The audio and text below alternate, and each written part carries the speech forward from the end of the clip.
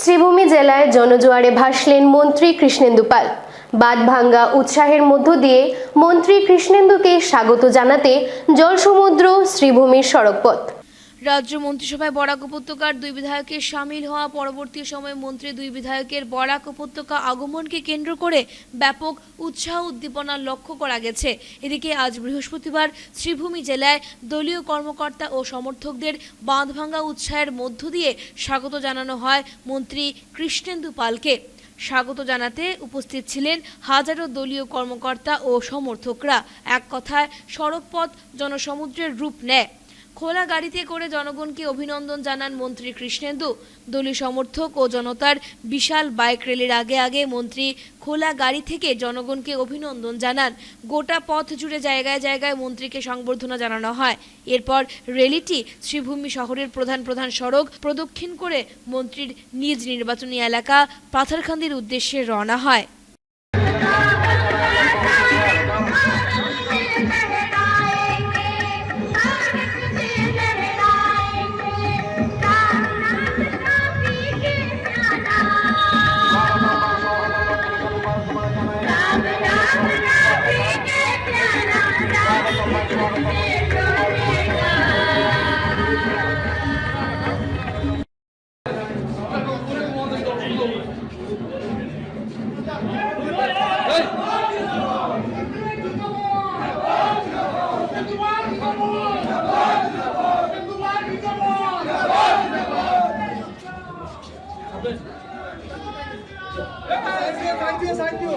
Side.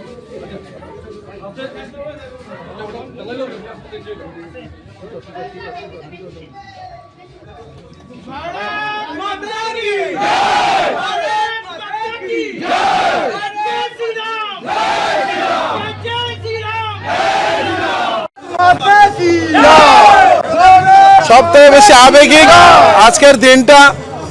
মাননীয় মুখ্যমন্ত্রী বরাক উপত্যকায় যে দুইজন ক্যাবিনেট মন্ত্রী ওনার ক্যাবিনেটে সংযোজন করেছেন, এটা অত্যন্ত গর্বের ব্যাপার।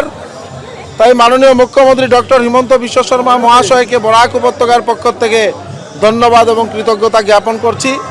আর আপনারা সবাই দেখতে পেরেছেন যে বরাক উপত্যকায় সমগ্র এলাকায় প্রত্যেক এলাকায় কীভাবে আজকে আবেগিক হয়ে গেছেন, সবাই বেরিয়ে এসেছেন। আমাদের দেবতুল্য ভারতীয় জনতা পার্টির সব কার্যকর্তারা, যাদের আশীর্বাদে দুইবার পাথারকান্দি থেকে আমি বিধায়ক হয়েছি, কৌশিক রায় লক্ষ্মীপুর থেকে হয়েছেন, আমার প্রত্যেকজন যারা আমরা ভারতীয় জনতা পার্টির বিধায়ক বা কার্যকর্তা সবাই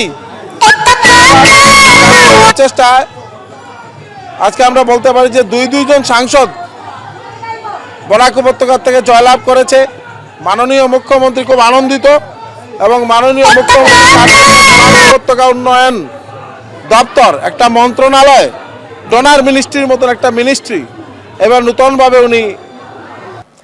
সোনাই বিধানসভার অন্তর্গত বারিকনগর দ্বিতীয় খণ্ডের কৃষক বন্ধু হিফজুর রহমান বরভুইয়া হয়ে উঠছেন কৃষকদের প্রেরণা। মাঠে সোনালী ধান, খুশি কৃষকরা। সোনাই সমষ্টির অন্তর্গত বারিকনগর দ্বিতীয় খণ্ডের কৃষক বন্ধু হাফিজ হিফজুর রহমান বরভুইয়া জানালেন, ধানের ফলন ভালো হয়েছে। যান্ত্রিক পদ্ধতিতে নয়, ধান কাস্তে হাতে নিয়ে মাঠে নামেন প্রগতিশীল কৃষক হাফিজ হিফজুর বরভুইয়া। কৃষিকাজে কৃষকদের প্রেরণা দিতে তিনি বলেন, বাবা বারিকালী বরভুইয়ার কাছ থেকে ধান ক্ষেতের শিক্ষা নিয়েছেন তিনি। আধুনিক পদ্ধতিতে না গিয়ে মহিষ দিয়ে হাল চাষ করে ক্ষেত করেন। ধান কাটা সহ সবকিছু নিজের হাতে করেন তিনি। এ পরম্পরা ধরে রাখবেন জানালেন কৃষকদের প্রেরণা হিফজুর রহমান বরভুইয়া।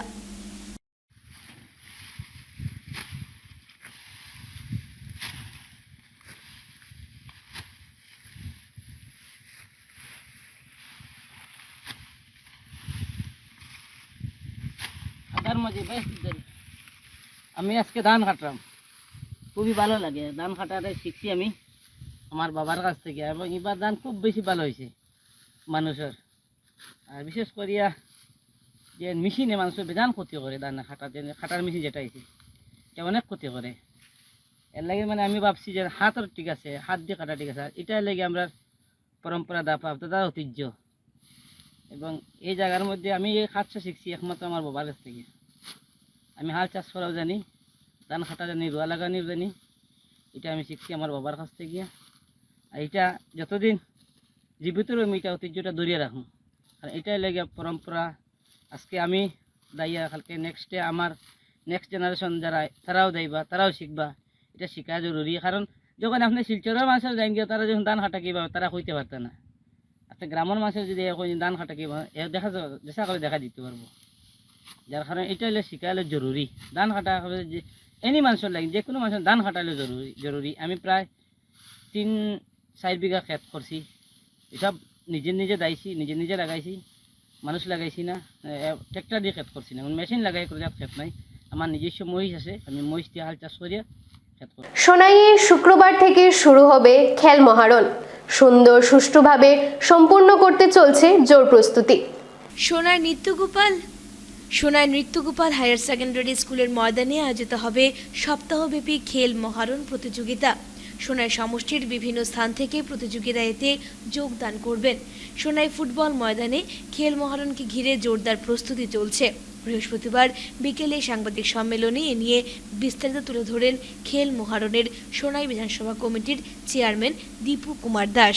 তিনি জানান, শুক্রবার সকাল 9টায় ধলাইয়ের বিধায়ক নিহার রঞ্জন দাস মুখ্য অতিথি হিসেবে উপস্থিত থেকে খেল মহারণের সূচনা করবেন। এছাড়া সোনাইয়ের বিধায়ক করিমউদ্দিন বরভূইয়া সহ এলাকার বিশিষ্টজনেরা, ক্রীড়াপ্রেমী জনসাধারণ, খেলোয়াড় ও প্রাক্তন খেলোয়াড় উপস্থিত থাকবেন।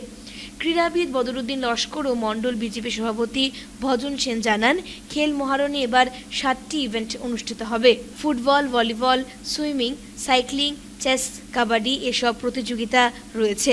বিভিন্ন বয়সের প্রতিযোগীরা এতে অংশগ্রহণ করবে।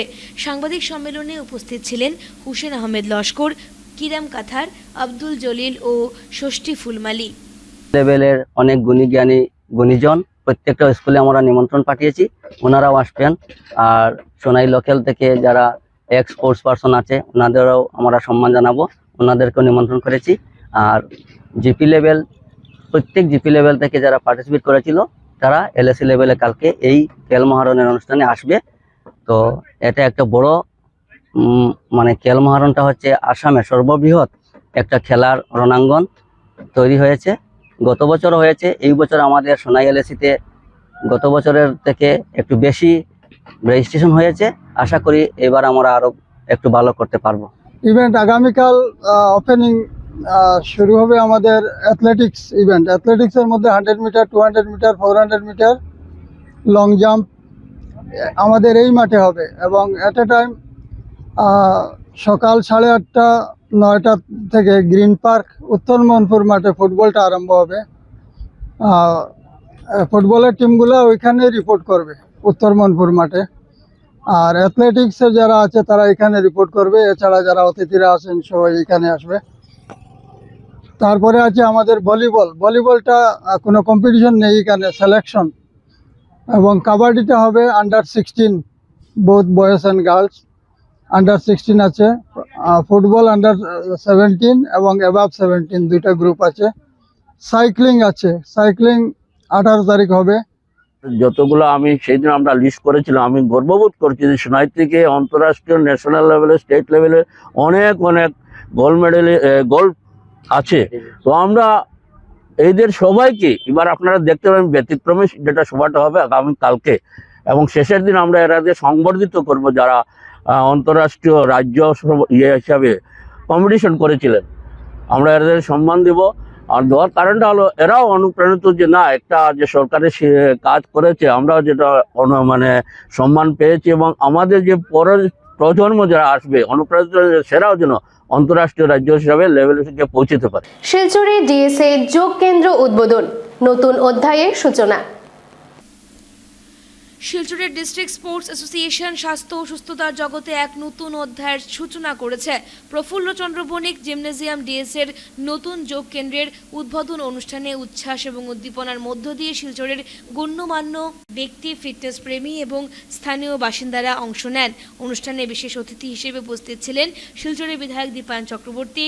তিনি যোগ ব্যায়ামের গুরুত্ব তুলে ধরে বলেন, যোগ কেবল শারীরিক ব্যায়াম নয়, এটি এক জীবনধারা যা মানসিক, শারীরিক এবং আধ্যাত্মিক সুস্থতার পথ নিয়ে যায়। তিনি ডিএসের এই উদ্যোগকে যুব সমাজ এবং বৃহত্তর সমাজের জন্য অনুপ্রেরণা হিসেবে উল্লেখ করেন। প্রধান অতিথি বিশিষ্ট প্রাক্তন বডি বিল্ডার ও ফিটনেস আইকন পঙ্কজ পুরকায়স্থ ডিএসের এই প্রচেষ্টাকে সাধুবাদ জানিয়ে বলেন, এই যোগ কেন্দ্রটি সুস্থতার সন্ধানের জন্য এক আশার আলো হয়ে থাকবে।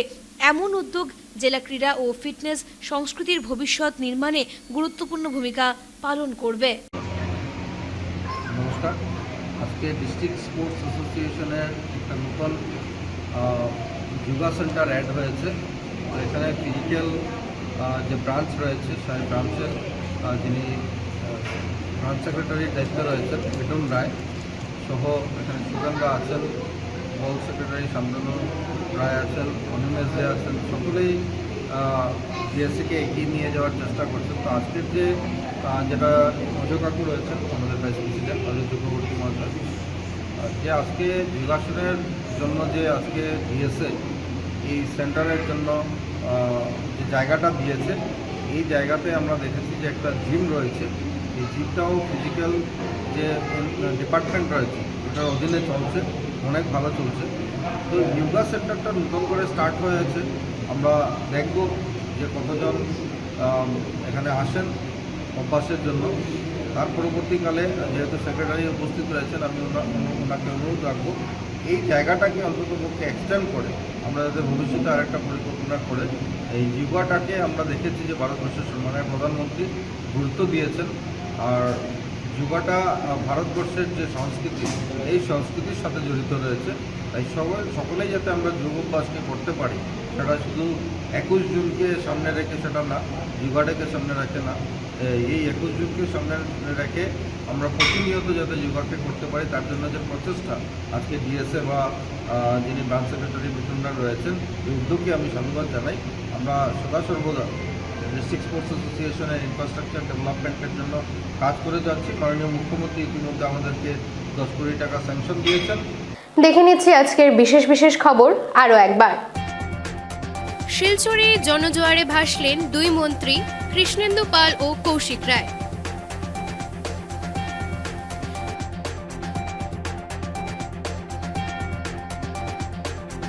এক দেশ এক নির্বাচন বাস্তবায়নে 2026-এর পর 2029-এ আসামে ফের বিধানসভা নির্বাচনের সম্ভাবনার কথা জানালেন মুখ্যমন্ত্রী। শিলচর হলিক্রস স্কুলে এক্সেলেন্সিয়া পর্যবেক্ষণে স্কুল অর্কেস্ট্রা ব্যান্ডের সুরেলা সিম্ফনির মাধ্যমে 3 দিনব্যাপী অনুষ্ঠান সম্পন্ন। আজকের মতো বিটিএন নিউজ এই পর্যন্তই। ধন্যবাদ।